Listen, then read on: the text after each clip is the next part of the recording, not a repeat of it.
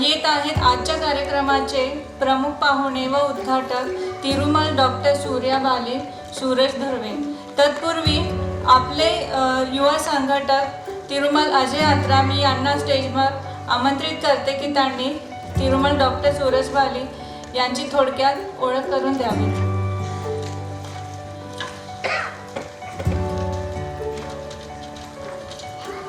धन्यवाद ताई।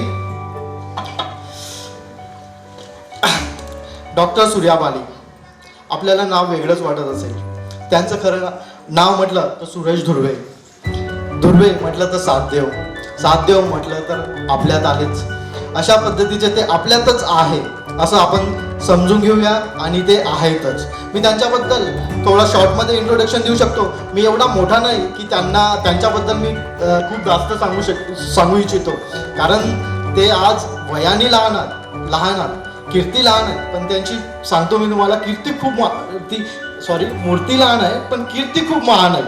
आता इथेच आपण म्हणता येईल की त्यांच्या भारतातच नसून त्यांचं ॲक्च्युली ओळख, त्यांचे जे कार्यशाळा ते विदेशात सुद्धा होतात। आपण त्यांच्याबद्दल माहिती करून घेऊयाच।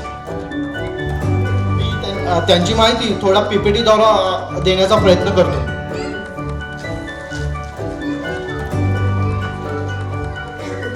आपण सगळे बघू शकत असाल डॉक्टर सूर्या बाली, सूरज धुर्वे।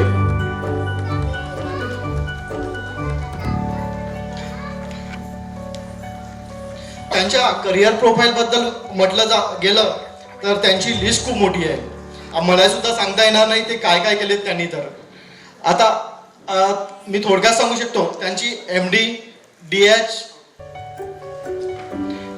DHSM, MBA, MHA ही USA वरून झालेली आहे। अजून आहेत त्यांचं भरपूर सांगण्यासारखं, पण त्यांचं शिक्षणाचं महत्त्व आपल्याला कळूनच येतं।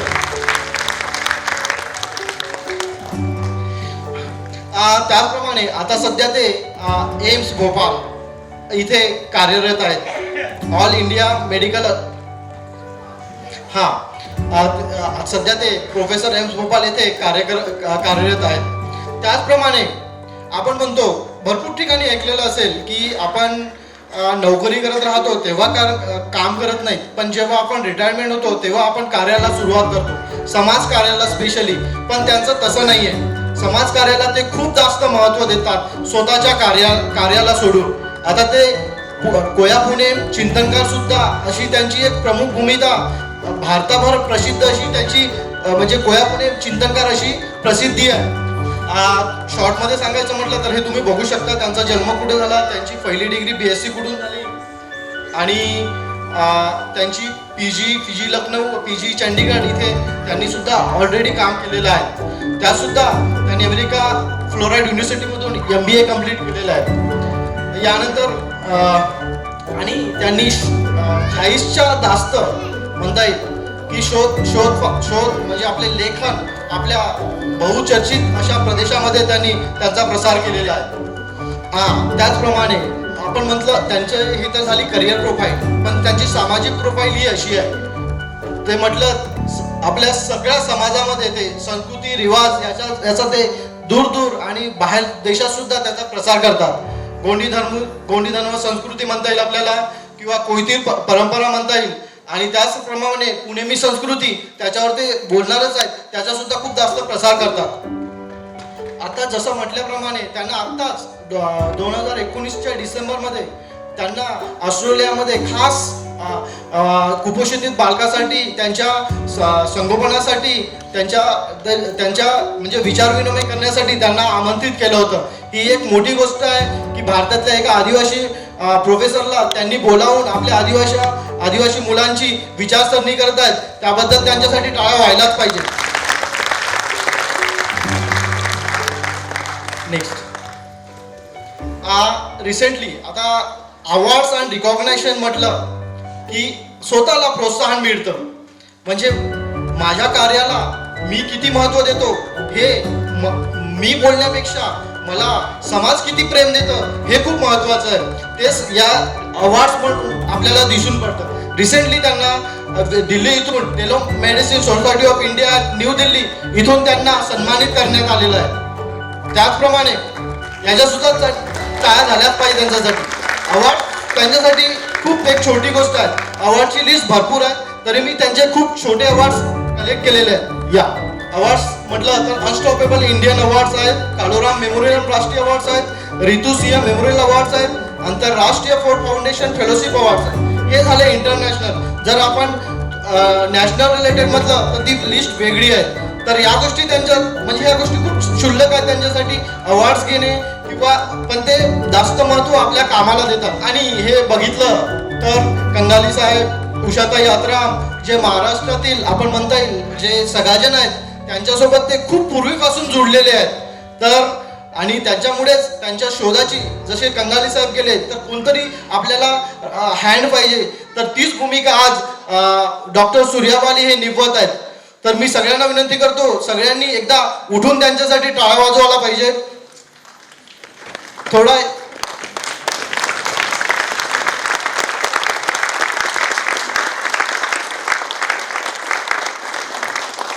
धन्यवाद सगळ्यांचे. बाली सरला मराठी येत नाही, ते आपल्याला हिंदीमध्येच मार्गदर्शन करतील. आणि मार्गदर्शन करण्यापूर्वी त्यांचा एक आपण मेसेज बघून घेऊया. व्हिडिओ. और मैं कल आ रहा हूँ आपके बीच में और हम शेयर करेंगे आपसे कोई अपने मुंदसुल सर्री बात के बारे में. मुंदसुल सर्री समूह शेख के द्वारा दिया गया जो सिद्धांत है उसके बारे में हम आपसे चर्चा करेंगे, उसके वैज्ञानिक पहलुओं पर विश्लेषण करेंगे और आपके बीच और बहुत सारी वैज्ञानिक संस्कृत बातें होंगी. तब तक के लिए हम लोग आपसे फिर से सेवा व्यवहार करते हुए आपसे विदा लेता हूँ और कल मिलता हूँ आपको सभी को सेवा. त्यांचा मेसेज बघितलाच असेल. ते आता आपल्या शैलीमध्ये आणि इव्हिडन्स थ्रू आपलं मत मांडतील अशी मी त्यांना विनंती करतो. आणि त्यांनी आपल्या प्रबोधनासाठी मी त्यांना विनंती करतो, प्रबोधनासाठी मी त्यांना व्यासपीठावर विनंती आमंत्रित करू इच्छितो. बहुत बहुत धन्यवाद आप सभी को. सेवा जोहार. आज की इस कार्यक्रम में हम अपनी बात रखने से पहले अपने पेन पट्टाओं का हेत करेंगे. मैं क्षमा चाहूँगा कि मुझे मराठी नहीं आती है, लेकिन इस साल का रेजोल्यूशन मेरा है कि 2020 में मैं मराठी सीख जाऊँगा. तो अगली साल जब आऊँगा तो मराठी में बोलूँगा पहले. तो इससे पहले कि मैं पेंजिया दायदा सेवा सेवा, पूर्व दाऊदा सेवा सेवा, नलिन दायदा सेवा सेवा, फड़ा पेंता सेवा सेवा, बरसा पेंता सेवा सेवा, सजोर पेंता सेवा सेवा, गंगार पेंता सेवा सेवा, मावाला संलग आगराता सेवा सेवा, पुगल गाड़ा भूंका आड़ा स्वयं सियान स्वयं मुठवा आड़दा सेवा सेवा, बुराल पेन बाबाल पेन आवाल पेन सेवा था, सांगो एना इला सिलार तमुदा सेवा सेवा, इदनार वरुण वरुण पेन पट्टा सेवा सेवा. सेवा जोहार.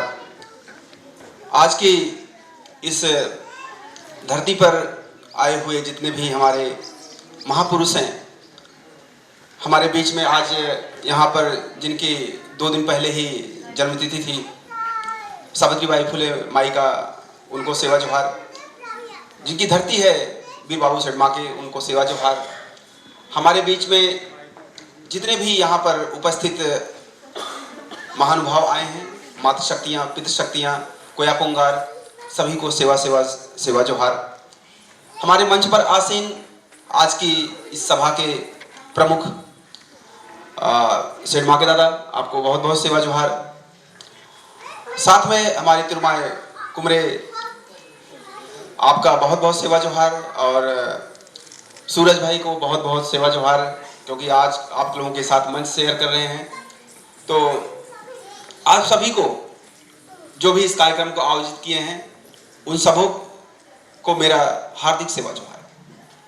आज हम जो आपके सामने बात रखेंगे, जब आप यहाँ आए हैं तो मेरा पर्पज, मैं एक टीचर हूँ, अध्यापक हूँ, प्रोफेसर हूँ. मेरा ज़रूरत है कि जब लड़का क्लास में आए और जब वापस जाए तो कुछ लेके जाए, केवल वो कथा सुनने ना आए. कथा और संवाद में अंतर है. उद्घाटन जो संबोधन के लिए मुझे बुलाया गया है, मैंने इनसे कहा था कि जनरली मैं बड़े कार्यक्रम में इसलिए नहीं जाता हूँ कि वहाँ पर नारा लगाया जाता है और एक भीड़ को उत्साहित किया जाता है. तो भीड़ के जलाने से कुछ नहीं होता है, ठीक है. लेकिन अगर एक चिंगारी को जलाया जाए और उस चिंगारी को सलीके से लिया जाए तो बहुत बड़ी आग लग सकती है. तो आप जो यहाँ पर बैठे हुए हैं हमारे लिए बहुत ज्यादा हैं, कई लाख के बराबर हैं।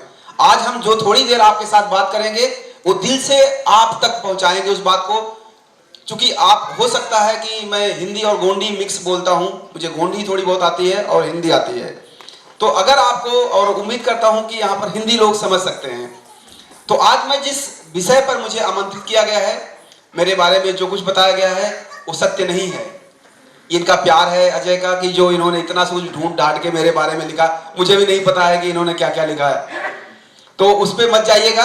आज का आकलन मुझे आप सुनने के बाद करिएगा कि मैं क्या हूं और मैं जो आपको बता रहा हूं उसमें सच्चाई कितनी है, और इस सच्चाई को भी तभी आप आंकिएगा, तभी सही मानिएगा जब इसको आप परख लीजिएगा कि इस बंदे ने जो बात बताई है वो बात में कितनी सच्चाई है। हो सकता आपका सदियों का, दशकों का मिथक टूट जाए, आज आप जो चीजों को बांधे पकड़े हुए हैं वो टूट जाए, तो उसके लिए भी मुझे दोष मत दीजिएगा, अपने आप से खुद तय करिएगा कि इस व्यक्ति ने आज जो बात बताई है उसमें कितनी सच्चाई है। मैं आपको कोई भी इमोशनल ब्लैकमेलिंग नहीं करूंगा। ये सब इसलिए मैं बोल रहा हूं कि बहुत सारे लोगों को लगता है कि ये आदमी मानसिक तौर पे लोगों को बरगलाता है, लेकिन मैं साइंटिस्ट हूं, वैज्ञानिक हूं। मैं जानता हूं कि किसी को बहुत देर तक चोचलेबाजी में फंसा के, शब्दों में उलझा के नहीं रख सकते, उसको तर्क और प्रमाण देना पड़ता है। तो आज मैं जो भी बात करूंगा आपके बीच में वो प्रमाण की बात करूंगा और आपके अस्तित्व की बात करूंगा, आप हैं कौन। तो आप चलते हैं सफर पे, एक थोड़ा सा लंबा सफर होगा, 40 मिनट का सफर है, और हम चाहेंगे कि हम लोग जैसे 3 घंटे की मूवी देखते हैं, मैं कोशिश करूं कि आपको बोर ना करूं। हो सकता है भाषा एक बैरियर बने, एक अवरोध बने, लेकिन उसके लिए क्षमा चाहूंगा हिंदी में। तो जहां पर भी आपको कोई बात नहीं समझ में आए आप उसे नोट रखिएगा और हम लोग बाद में बात कर लेंगे। तो आज का जो, इसकी लाइट को ऑफ कर दिया जाए जिससे कि लोग देख सकें। आज मैं आपके बीच में, बहुत सारे लोग जानते होंगे शंभू शेख के बारे में, जो हमारे पोया थे, प्रथम पोया थे। 88 पोया हमारे मिजान में हुए हैं और उस पोया में से प्रथम पोया थे कोसडोम। तो उनके सिद्धांत पे आज हम बात करेंगे। आप हैं कौन? आप अपने को गोंड बोलते हैं, आप अपने को आदिवासी बोलते हैं, आप अपने को पता नहीं क्या क्या और बोलते हैं, और आखिर हैं क्या, ये सच नहीं पता है आपको। और जो मैं बात इतने बहुत ही ईमानदारी से और सच्चाई से कह रहा हूं कि बहुत सारे लोगों को नहीं पता है वो है क्या। जैसे ये लाइट को बंद करने का क्या लेंगे आप? इस लाइट को जो सामने है, मैं दिखूंगा नहीं, मुझे पता है मैं काला हूं, दिखता नहीं हूं, चिंता ना करिए, आप लाइट को ऑफ करिए।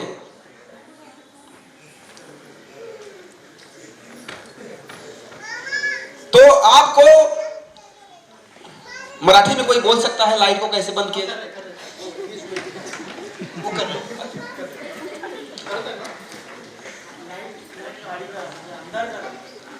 हाँ देखिए ना, मैंने कहा भाषा का फर्क पड़ता है।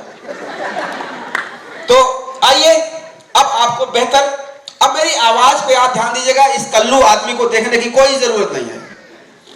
आप उस बोर्ड की तरफ देखिएगा, मुंदसूल सर्री कोया पुनेम में। चूंकि आप यहां पर कोई दूर है, कुछ लोग कोई दूर है, थोड़ा हाथ उठाएं। कोई दूर कितने हैं? नहीं सर, आप उठिए, खड़े हो, देखिए सर कितने कोई दूर है। हाँ, कोई दूर हाथ उठाएं। तो ये यहां पर हमारे, तो एक बार फिर से फड़ा पेंदा, फड़ा पेंदा, फड़ा पेंदा। 30% की आवाज मैंने सुन लिया और 10% का हाथ बहुत है। आइए धीरे धीरे जुड़ते हैं। जब ट्रेन चलती है ना तो स्टेशन पे लोग धीरे धीरे डिब्बे में चढ़ते हैं। तो आज जो हम कोया पुनेम की बात करेंगे, कोया पुनेम इस धरती पे जब हम लोग आए, तो अगर आप देखें हमारे यहाँ एक शब्द है गोंडी में पुखराल।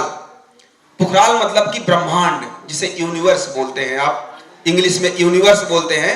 यूनिवर्स अगर आप देखें, और इस यूनिवर्स में ये है यूनिवर्स, ब्रह्मांड है, इसमें पता नहीं कितने ग्रह नक्षत्र, करोड़ों अरबों आकाश गंगाएं इसमें घूमती हैं। किसी को पता नहीं कितना बड़ा है, आज तक किसी ने पता नहीं कर पाया। उसके आगे चलते हैं तो बहुत सारे सौर मंडल होते हैं, एक दो नहीं, हजारों लाखों की संख्या में उस आकाश गंगा में सौर मंडल है। ये सौर मंडल जो देख रहे हैं आप, ये सौर मंडल, एक सौर मंडल है अपना सूर्य का सौर मंडल, जिसके हम लोग प्राणी हैं, हम लोग हैं, और इस सौर मंडल को बोलते हैं सूर्य का सौर मंडल, सूर्य का परिवार, सूर्य बेड़ा या पूर्वा बेड़ा। गोंडी में हम बोलते हैं इसको पूर्वा बेड़ा। पूर्वा मतलब सूर्य और बेड़ा मतलब उनका परिवार। तो हम उस परिवार में आते हैं, तो हम ब्रह्मांड से निकल करके आकाशगंगा से आए, और आकाशगंगा में बहुत सारी गैलेक्सीज है, सिस्टम है, और उस सिस्टम से निकल के हम आए अपने पूर्वा के बेड़ा में, और पूर्वा को हम बोलते हैं पूर्वा दाऊ। जब हम आते हैं तो उसी पूर्वा का बेड़ा में एक सदस्य है, एक परिवार का, एक बेड़ा का एक प्रमुख सदस्य है पेंजिया, जिसे हम कहते हैं पेंजिया दाई। और पेंजिया दाई क्यों बोलते हैं? क्योंकि ये हमको जीवन, हमारा जीवन सबका यहाँ धरती पर है। कोई ऐसा है जो मंगल ग्रह से आया है? कोई हो भाई, हो सकता है आगे पीछे कोई, सभी लोग धरती के ही है ना। तो हम आपको जोड़ना चाहते हैं कि अब हम अन्य ग्रहों से होते हुए धरती पे आ चुके हैं, अब धरती से आगे चलेंगे हम लोग। तो अगर हम धरती पे आए हैं तो धरती पे हम ही तो नहीं आए होंगे, हमारे पूर्वज आए होंगे, हम तो बहुत दिनों हो गए अब तो अगर हम यहाँ आए हैं तो जो धरती पर ही जीवन की उत्पत्ति हुई, ऐसे ही पता नहीं कितने और ग्रह होंगे जहां पर उत्पत्तियां हुई होगी। तो हमारे कोया पुणे में कहा जाता है कि पेंजिया दाई की कोख में जो प्रथम कोया आया है, कौन? वो अपनी माँ की कोख से आया है। आपने और सुना होगा, कई धर्म वाले बताते हैं कि मुंह से आते हैं लोग, कान से आते हैं, हाथ से आते हैं, रीढ़ की हड्डी से आते हैं, कहां से आते हैं मुझे नहीं पता। लेकिन हमारे कोया पुणे में बताया गया है कि हमारा आगमन मावा वायना, मावा मतलब हमारा, वायना मतलब आना, कहां से हुआ है? सल्ला गांगरा से हुआ है। मातृशक्ति और पितृशक्ति के दोनों के मिलने से हमारा आना हुआ है। इसीलिए हम बोलते हैं कि हम लोग कौन हैं? वास्तविक लोग हैं, हम मुंह से नहीं पैदा होते। कभी सुना आज तक? इतने दिन हो गए डॉक्टरी पढ़ते हुए, मैंने मुंह से बच्चा पैदा होते हुए नहीं देखा। बड़ी समस्या है हमको।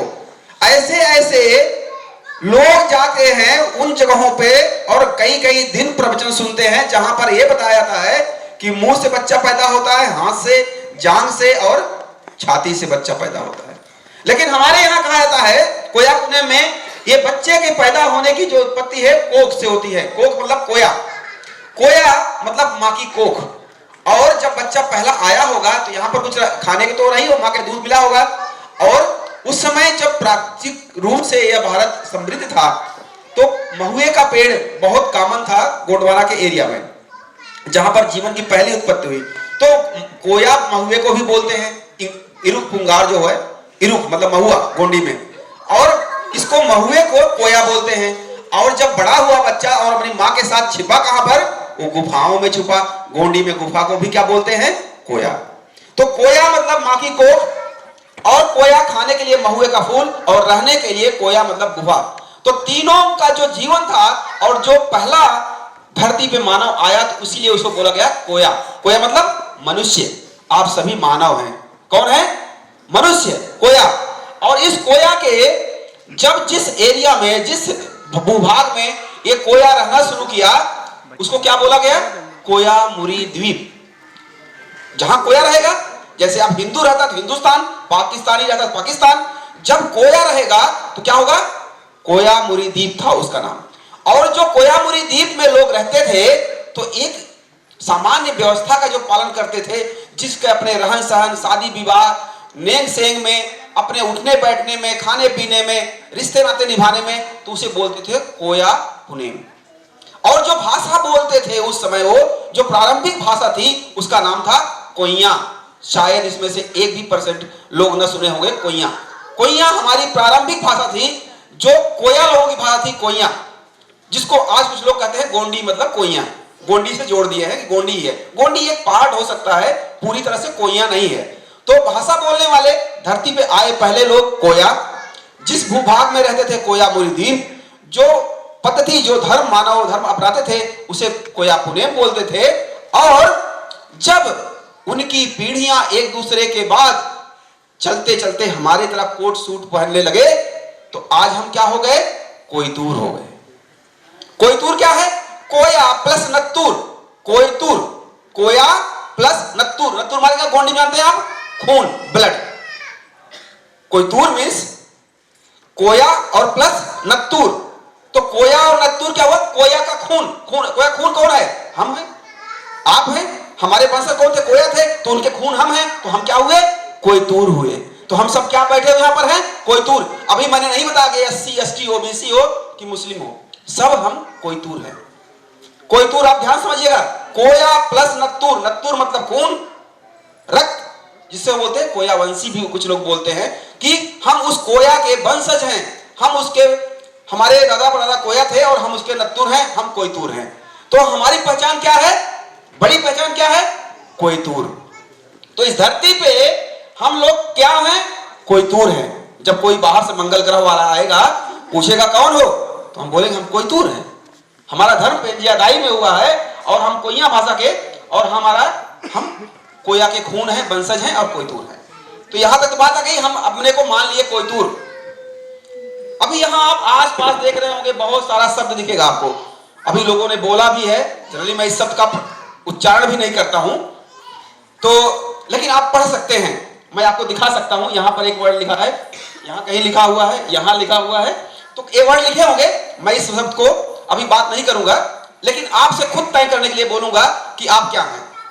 जैसे आदिवासी शब्द मुझे बोलना ही पड़ा, क्योंकि अभी आपको बताना है कि कोयतूर और आदिवासी क्या है। आदिवासी एक विशेषण है, विशेषण समझते ना, एडजेक्टिव, जिससे किसी की गुण और दशा बताई जाती है। जैसे मैं काला हूं तो मेरे गांव वाले मुझे क्या बोलते हैं, कल्लू, ये कलुआ। कलुआ क्या हुआ, कलुआ क्या बताता है, मेरे कलर को बताता है, मेरे गुण, मेरा जो शारीरिक अपीयरेंस है उसको बताता है। या कोई नाटा है, क्या बोलते हैं, ए ठिगना, हे बौना। कोई लूला है, हे लूले। किसी का पैर कटा है, लंगड़े। या कोई मोटा है, हे मोटू। यही बोलते हैं ना, ये क्या है, विशेषण है। विशेषण समझते हैं आप, जो किसी की गुण और उसकी चीजों को बताए, ठीक है। तो क्या हुआ, आदिवासी एक तरह का विशेषण है जो बताता है विशेषता आपकी कि आप आदिकाल से रहते आए हैं। That's it, okay. आप समझ गए मेरी बात। अब मान लीजिए आपका मैं बेटा होता, आपका भाई होता और आपके घर का कोई हिस्सा होता, तो क्या आप मेरा नाम स्कूल में जाते, मेरा नाम सूरज है, तो आप स्कूल में जाके मेरा नाम क्या लिखवाओगे, कलुआ कि सूरज?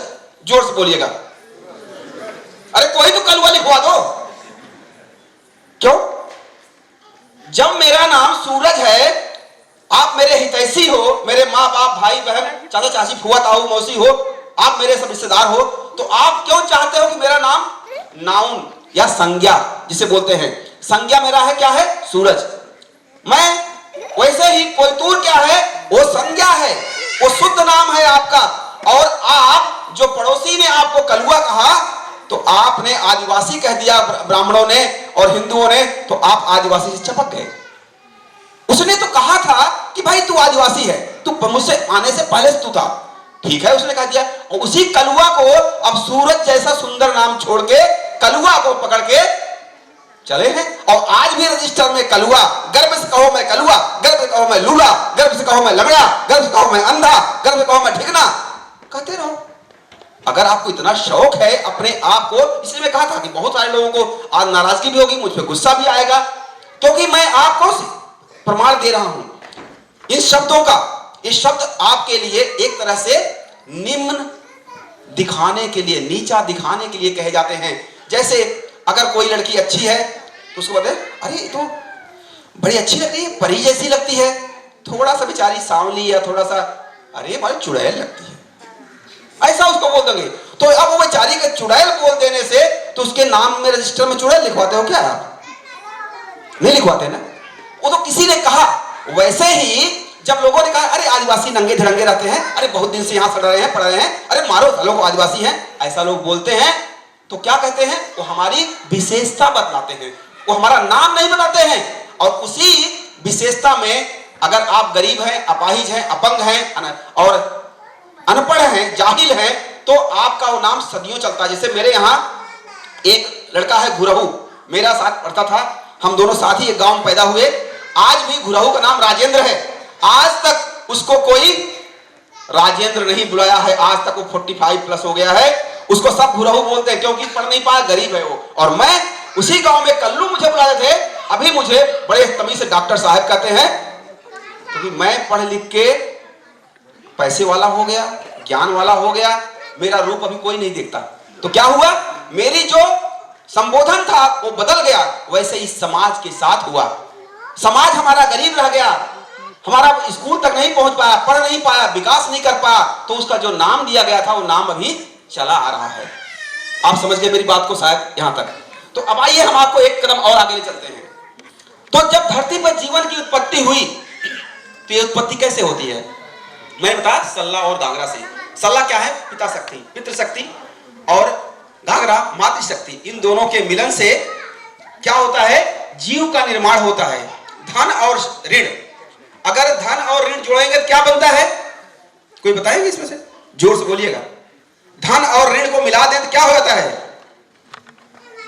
अरे इतना भी गणित नहीं आता।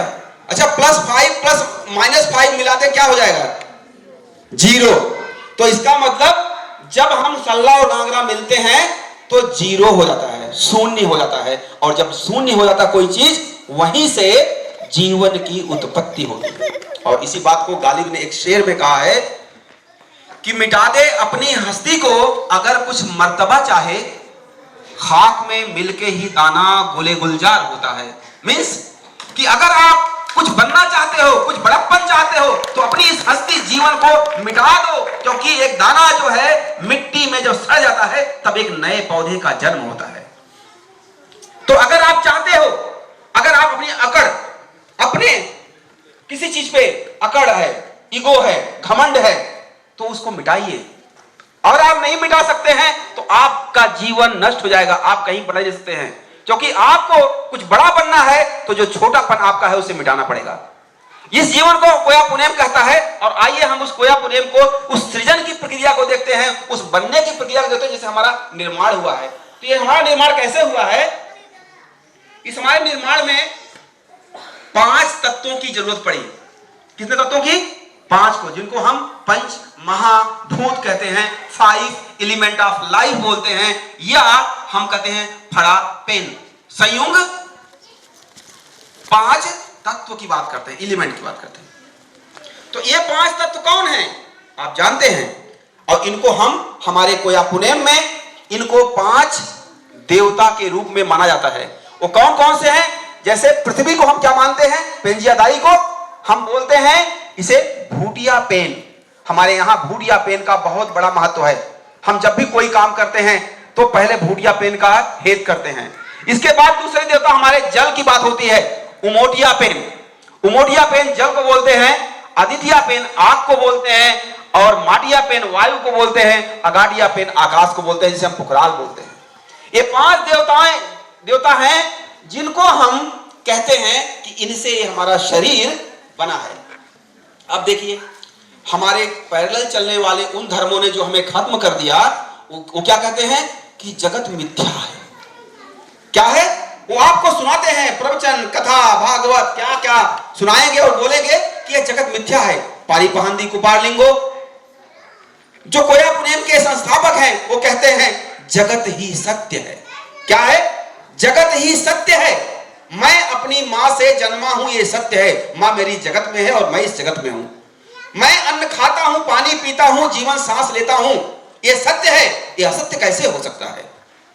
हवा चल रही है, सूरज उग रहा है, पौधे हैं, जीवन है, यही तो धरती है, यही तो आज है, और यही समाज है, और यही समाज जो है जगत है। और जब जगत मिथ्या है तो फिर हम सत्य कैसे हो सकते हैं। इसलिए कहते हैं गोंड कोई दूर जो होता है वो क्या है, वो वास्तविक होता है। वास्तविक, ना तो वो नास्तिक होता है और ना तो आस्तिक होता है, वो केवल वास्तविक होता है। वो जीवन का जो सच है उस पर चल रहा है। और अब मैं आपको पुनेम का मतलब बताता हूं, कोया और पुनेम क्या है। पु मतलब होता है सत्य और नेम मतलब होता है रास्ता, सर्री, पथ। जिस रास्ते से आप जाएं, जो सत्य का पथ है, जो सच्चाई का रास्ता है, वही क्या है, कोया पुनेम है। और इस कोया पुनेम के लिए ये 5 तत्व जरूरी हैं और जिनको चुरा करके हमारे आसपास के धर्मों ने बड़े बड़े पुराण खड़े कर लिए। आपको यकीन ना हो, क्योंकि लोग आप कभी आए मेरे ऑफिस में तो आपको मेडिकल की किताबों से ज्यादा वेदों का 18 वेद, उपनिषद, पुराण मेरे पास भरे पड़े हैं। तब मैं पता किया कि मेरे ही समाज में ये जो 5 भूत हैं, 5 एलिमेंट्स हैं, वो कौन कौन है? एक तोड़ी अड्डी वड्डी पोखड़ी, पानी, आग, मिट्टी, हवा और आकाश। ये 5 चीजों का जो संगम हमारे यहां था, पंचभूत, उसी को हमारे समाज के चुरा करके जो बाहर से विदेशी आए, आर्य आए, उन्होंने क्या बनाया? पुराण बना दिया। हम वाचिक परंपरा के लोग हैं, हमारे यहाँ लिखा नहीं जाता है। हमारे यहाँ एक पीढ़ी से दूसरे पीढ़ी में सिखा कर भेजा जाता है। हम गायन, नृत्य, आर्ट, राइटिंग के नहीं, हम राइटिंग की व्यवस्था कौन लाए? आर्य। तो उन्होंने क्या किया? हमारी व्यवस्था को नोट कर लिया, चुरा लिया और लिखा वरुण पुराण। जहां पर हम क्या बोलते थे? एयर की बात करते थे, पानी की बात करते थे, वहां पर उन्होंने वरुण पुराण की रचना की और जल देवता को माना, जो हमारे यहाँ पहले से मानते थे ओमोटिया पेन। फिर ऐसे ही उन्होंने पृथ्वी को भूमि देवता बनाया और उनके ऊपर क्या लिखा? पुराण लिखा, जिसमें विष्णु पुराण। विष्णु पुराण में पृथ्वी और आकाश के बारे में बात की। ऐसे ही अग्नि पुराण लिखा, अग्नि की बात की, उसमें वायु पुराण लिखा और इंद्र से आकाश की बात की। तो सोचिए, हमारे ही पेन पट्टाओं को, हमारे ही जो मूल तत्व थे, उनसे इन्होंने पुराणों का आविष्कार किया। और इस पुराण के बाद क्या हुआ? अगर आप देखिए कैसे इसको भगवान बनाया गया।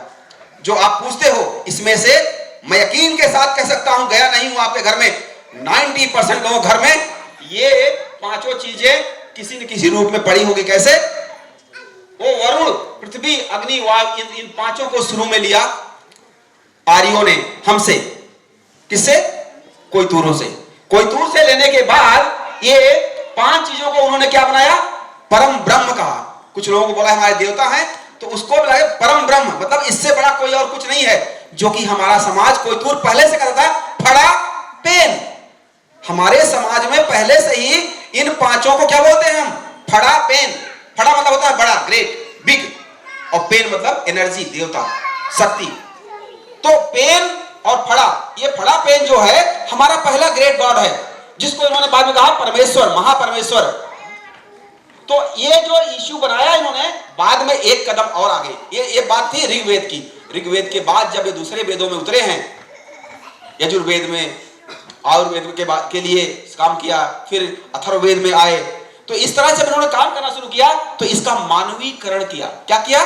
मानवीकरण, मतलब इनमें इंसान बना दिया। जैसे पृथ्वी को मां बना दिया, आकाश को पिता बना दिया, पानी को पिता बना दिया या देवता बना दिया। तो इनको मानवीय रूप, और धीरे धीरे कुछ चित्रकारों ने इनकी मूर्तियां बनाना शुरू कर दी और आपके घरों में आज मूर्तियों का दौर चलाया। हमारे यहाँ मूर्तियों का सिस्टम नहीं है।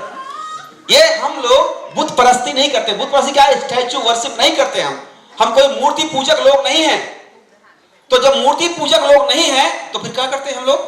क्योंकि हमारा गॉड, हमारा भगवान, हमारा ईश्वर, हमारा आराध्य कौन है? वो 5 तत्व हैं जिससे हम बने हैं। आपने सोचा होगा इस बेवकूफ आदमी ने शुरू में ये सोलर सिस्टम और ये ग्रह क्यों दिखाया? इसी बात के लिए दिखाया कि हम, कभी आपने देखा है, आप जब गेहूं के आटे को मुट्ठी में भरिए, उसे फेंक दीजिए अंधेरे कमरे में और बाहर से एक टार्च से लाइट डालिए, तो क्या दिखाई पड़ता है? एक धुआं सा दिखाई पड़ता है ना पूरा।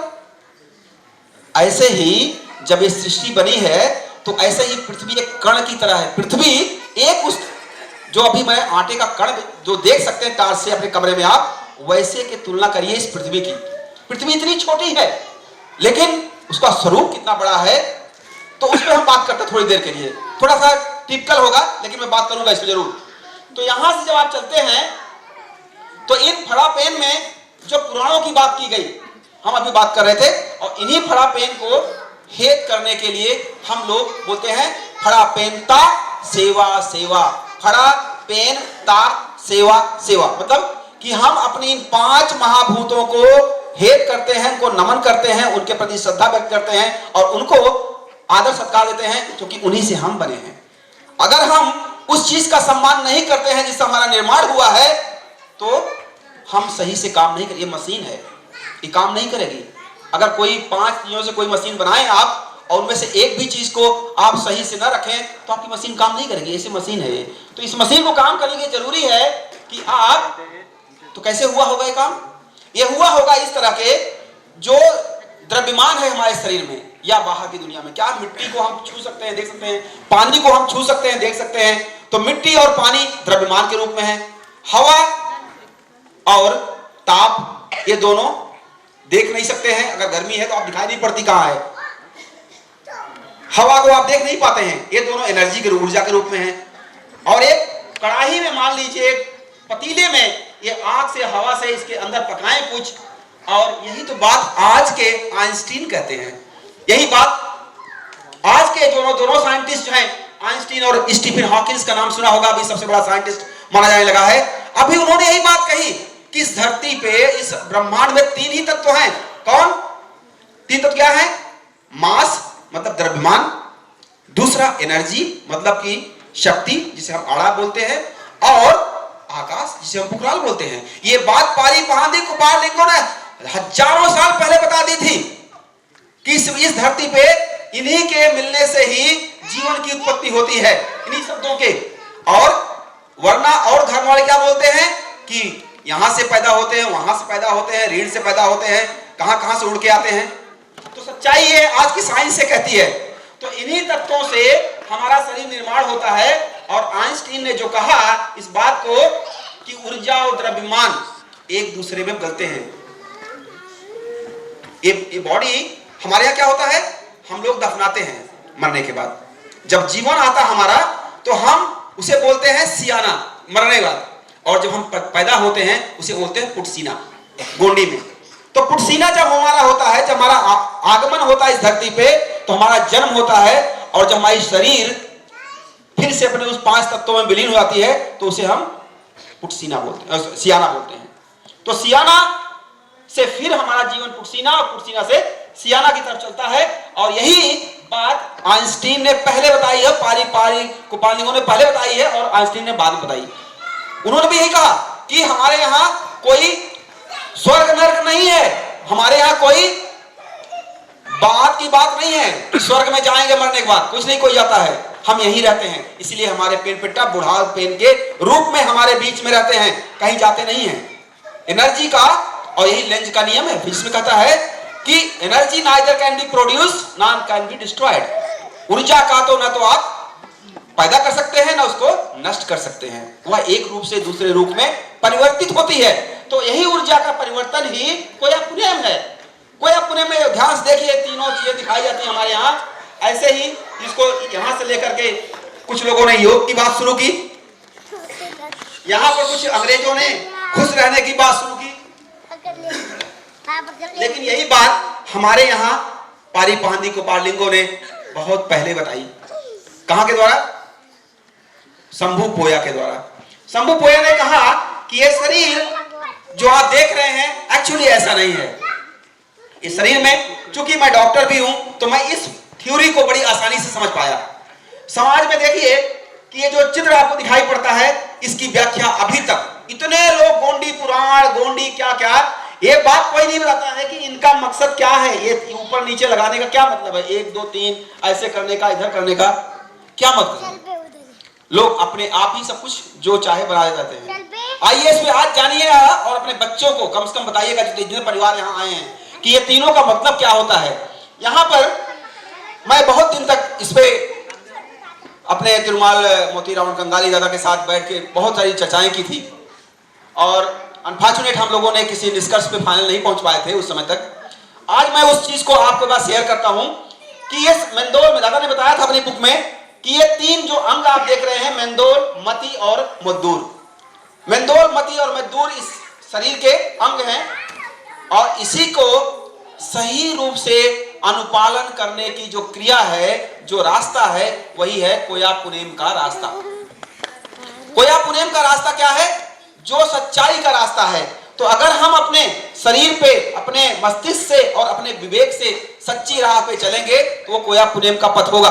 तो आइए देखते हैं कि मेंदोल क्या है। मेंदोल मतलब ये शरीर, ये शरीर जो है आपका मेंदोल, और मति जो अंदर ब्रेन या खोपड़े में भरा है ना, मस्तिष्क, और उसके में जो सॉफ्टवेयर क्या है वो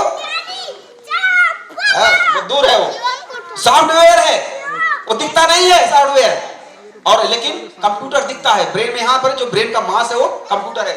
तो ये तीन चीजें हैं, और इन्हीं को बाबा पारी पहांदी कुपारलिंगो ने आगे बढ़ाया और ये बोला कि यही तीन रास्ते अगर अपने जीवन में हम उतार लें तो हमारा कल्याण हो जाएगा और हमारे बच्चों को, हमारी पीढ़ियां सुखी, समृद्ध और स्वस्थ रहेंगी।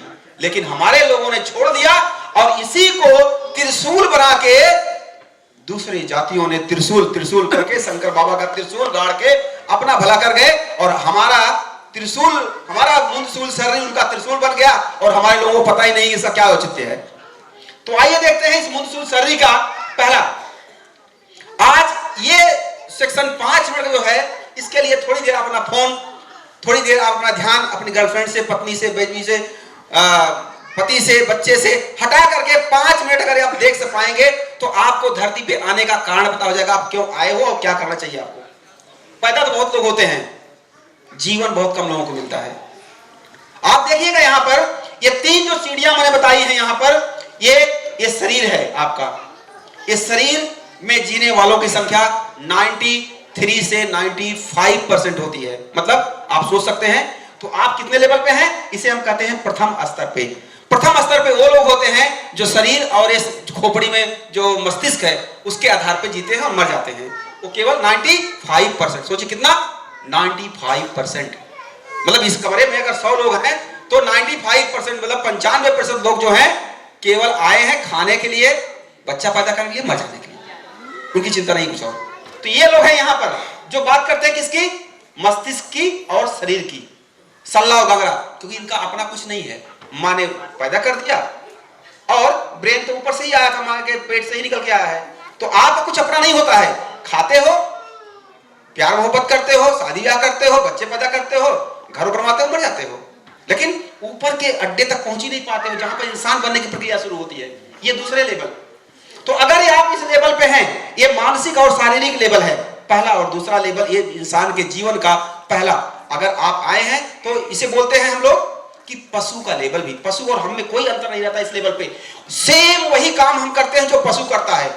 आप यकीन मानिए, आप में से 95% यहां जो बैठे लोग हैं, इंक्लूडिंग मुझे भी, 95% हम लोग पशुओं के जीवन जीते हैं। केवल 5% लोग जो है जो और मानव के जीवन में जाते हैं। हम 95% लोग, ये गर्व मत करिएगा डॉक्टर है, IAS है, इंजीनियर है, डायरेक्टर है, प्रोफेसर है, रीडर है, आप हो गए, ना ना ना, ये गलत फहमी मत पालिएगा। आप पशु ही हैं। आपको बताता हूं अंतर क्या पशु में। आप ऐसा कोई काम ढूंढ लीजिए जाके, यहां मुझसे मत शेयर करिए ना, यहां बताइए बगल वालों को, आज घर जाइएगा और शीशे के सामने खड़ा होइएगा और पूछिएगा आप किस लेवल के हैं। ये चार्ट मैं आपको दे रहा हूं आज, आपको पता लगेगा कि आप प्रोफेसर IAS हो सकते हैं, लेकिन अभी भी आप पशु ही हैं। वो कैसे? यहां देखिए, इस लेवल पे आप मस्तिष्क का इस्तेमाल करते हैं और ये आपके घर से, परिवार से बात चलती है, और यहां पर आप केवल वही काम करते हैं जो पशु करता। मतलब वो सभी क्रियाएं शामिल हैं। शरीर क्रिया क्या है? शरीर क्रिया क्या है? खाना, पीना, सोना, जो भी नित्य क्रिया है वो सब करते हो, यही पशु भी करता है। ऊपर है दूसरा स्तर, मानसिक स्तर पे प्यार करना, गुस्सा करना, नफरत करना, चोरी करना, झूठ बोलना, ये सब पशु भी करता है। वो सब काम जो आप कर सकते हैं इस लेवल पे, वो पशु भी करता है। तो ये लेवल पे कोई भी अंतर हमारे दोनों में नहीं है, मानसिक और शारीरिक स्तर पे। अब आइए अंतर कहां पैदा होता है? अंतर पैदा होता है आपका इस दूसरे लेवल पे, जब आप गोटुल जाते हैं। गोटुल में जाने का मतलब हुआ कि आप आज के इक्विवेलेंट स्कूल, विद्यालय, यूनिवर्सिटीज में जब आप जाते हैं और ज्ञान प्राप्त करके विवेक जगाते हैं, उस ब्रेन में सॉफ्टवेयर डालते हैं। वो जो कंप्यूटर दिया है मस्तिष्क भगवान ने, उसको आप देखिए, आप दो लोग हो, एक ही घर में पैदा होते हो, लेकिन एक स्कूल जा पाता है, आप नहीं जा पाते हैं, और वो आदमी कितना स्मार्ट हो जाता है। तो क्या करता हो, वो ज्ञान प्राप्त करता है, बुद्धि प्राप्त करता है, और विवेक की बात करते लगता है, बुद्धि की बात करता है। तो वो सोचने लगता है कि जैसे कि मुझे कोई दूर कहना है कि मुझे आदिवासी कहना है, वो तुरंत समझ जाएगा, उसका विवेक है। वो सोचेगा कि यार कल तक मेरे पैर में गोबर लगा हुआ था, मैं इसको चटनी समझ रहा था आंवला की, और आराम से चाट रहा था, वाह भाई बड़ी टेस्टी है। किसी ने बताया देख भाई गोबर भैंस वहां से गई थी, भैंस ने वहां पर गोबर किया था, तेरा पैर वहां लग गया, ये गोबर है, अब क्या करोगे, अभी चाटोगे? अरे ना गंदा है, धोगे उसको, साफ करोगे इसको, ये है विवेक। और अगर उसी चटनी को बताने के बाद भी बांध के चलते रहे तो वही है पशुवत व्यवहार, वही है पशु। तो अगर आप समझते हो कि जो सच है उसमें सच और गलत में फर्क करना जान गए, तो वो क्या हुआ, बुद्धि आपके पास आ गई, आप बुद्धि दूसरे लेवल पर पहुंच गए, बुद्धि का इस्तेमाल करने लगे। इसमें आते आते 99% लोग पूरे होते हैं, 4% लोग इस श्रेणी में होते हैं, 4%, ये गोला वाला, जहां पर कि ब्रेन है लेकिन बुद्धि नहीं है। तो बुद्धि के साथ जब होते हैं तो 4% और बढ़ गए, तो कितने हो गए, 99%। अब आप कहोगे ऊपर वाले में इतने कम, 1% से भी कम है ऊपर वाले लेवल में। ऊपर वाला ये लेवल होता है जब आप अपने उस बुद्धि का, विवेक का इस्तेमाल समाज के लिए, देश के लिए, पूरे मानवता के लिए करने लगते हैं, और जब आपको उस ज्ञान का प्रकाश औरों को मिलने लगता है। मैं अपने घर में पैदा हुआ, मेरे बच्चे में मजा लिए, मैं डॉक्टर बन गया, मेरी बीबी ने मेरे कमाई का मजा लिया, मेरे बाप ने, तब तक मैं नहीं कुछ किया। जब मेरी कमाई का मजा मेरा समाज लेने लगे, जब मेरी कमाई का मजा, मेरी मेहनत का मजा मेरा पूरा देश लेने लगे, जब पूरा विश्व लेने लगे, तब मैं उस श्रेणी में पहुंच जाऊंगा, ऊपर वाली श्रेणी में। बाबा साहब इस श्रेणी में पहुंच गए वाले लोगों में से थे। गौतम बुद्ध, इसे कहते हैं ज्ञान प्राप्त करना, और हमारे कोया पुणे में उसके बोलते हैं मोद बेरची। मोद बेरची, बेरची मतलब प्रकाश पुंज, लाइट, इनलाइटनमेंट जिसको होता है, कहते भाई इसको इनलाइटनमेंट हो गया, इसको ज्ञान मिल गया। वो ज्ञान कहां मिलता है, ज्ञान ऐसे जहां मिलता है, ये ज्ञान का प्रकाश देखिए यहां पर, आप ध्यान से आ जाइएगा, अपने घर में रखे हुए सल्ला वगैरह देखिएगा, केवल रखने से काम नहीं है, टांग लिया सल्ला घाघरा, दीवार पर लगा लिया सल्ला घाघरा, उसका मतलब भी समझना जरूरी है। तो ये सल्ला घाघरा के जो प्रकाश पुंज निकल रहा है, यही है वो मोद बेरची। मोद बेरची मतलब ज्ञान का प्रकाश, और प्रकाश किसी एक का नहीं होता है। अगर इस कमरे में बल्ब जल रहे हैं तो मैं ही अकेला नहीं देख रहा हूं, आप सब देख रहे हैं। प्रकाश किसी एक का नहीं होता है, प्रकाश सबका होता है। तो ये मोद बेरची, इस लेवल पे जाने वाले कितने लोग होते हैं, इसे बोलते हैं सुरवे मोदूर मोद बेरची। ज्ञान का, बौद्धिक ज्ञान का जो प्रकाश सर्वोच्च मानवता का प्रकाश है। इस लेवल पे जब आप जाते हैं तो आप समझ, यकीन मानिए कि आप भगवान होने के बराबर होते हैं। तभी लोग कहते हैं आज बाबा साहब को भगवान मानने लगे लोग, बुद्ध को भगवान मानने लगे लोग, क्यों? और यहां पर आपको इंसान दूसरे लेवल पे, जैसे हम लोग यहां मोस्टली होते हैं जो थोड़ा सा ये दूसरे पे, और 95% यहां, ये 4% लोग मानव और 1% लोग भगवान। और इन्हीं को लामे, महावीर, बुद्ध, राम, कृष्ण, जो भी, हम तो नहीं मानते, लेकिन जो भी रहे हो इस लेवल पे पहुंचे हैं, तब वो भगवान बन जाते हैं। तो अब आपको तय करना है कि आप मानव पे रहते हैं या भगवान बनने की कोशिश प्रक्रिया में जाते हैं। कोशिश तो करनी चाहिए, अपने प्रकाश को अपने तक ही सीमित बंद करके मत रखिए। तो ये है आपके मुंदसूल सर्री का प्रमाण।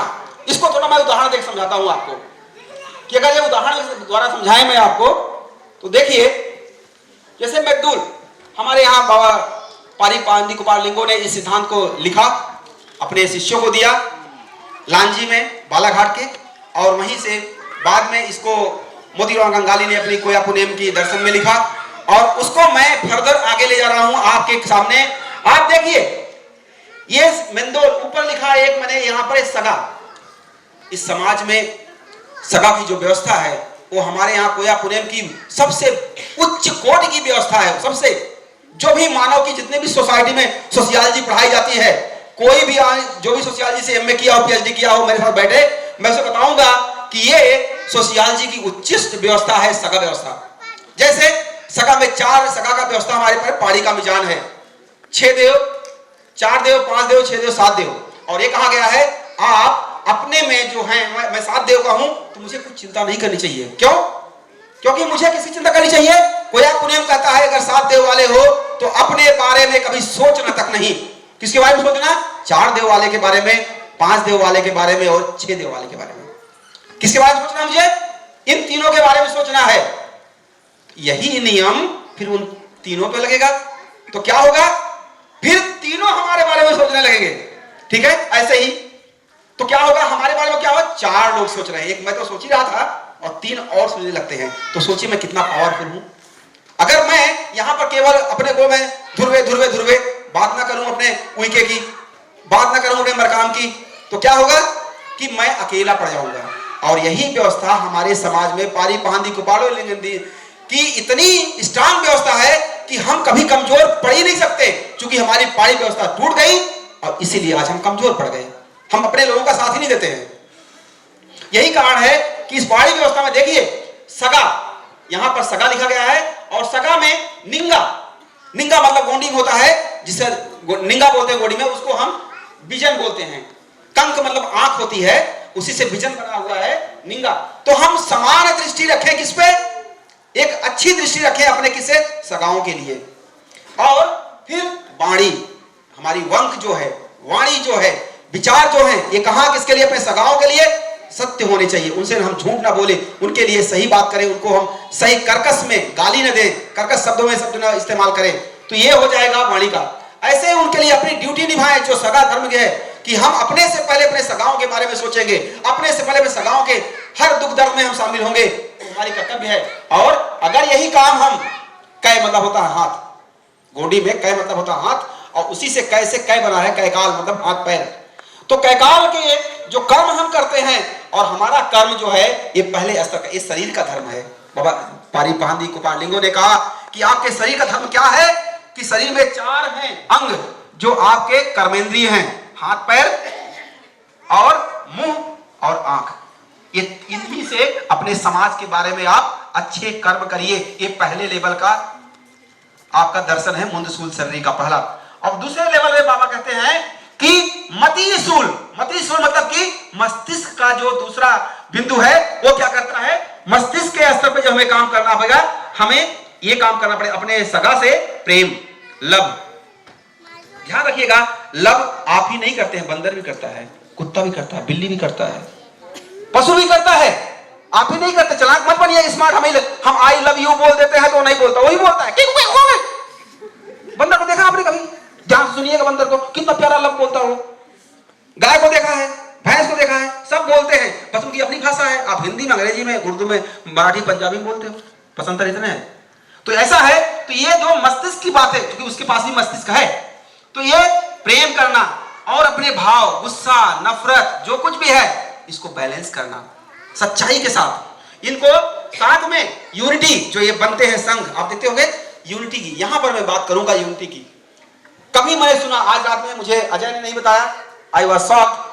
अब मुझे पता लगा कि मुझे गालियां क्यों मिलती हैं। आज रात में 11:32 में रात में मुझे कॉल आया और मुझे गाली मिली, तब मैं समझ गया कि आज का रीजन क्या है। यहां पर पहले गोंड और प्रधान का सम्मेलन होता था, आज यहां केवल गोंडों का हो रहा है। ये बात मुझे कल तक नहीं पता थी, आज रात में पता लगी। अब मुझे पता लगा कि कुछ जो हमारे दोस्त हैं मुझे गालियां क्यों देते। मैं ये समझता था यार ऐसा कौन सा मैं काम करता हूं कि महाराष्ट्र के कुछ टेकाम मरकाम उनके नेता हमें गाली देते हैं।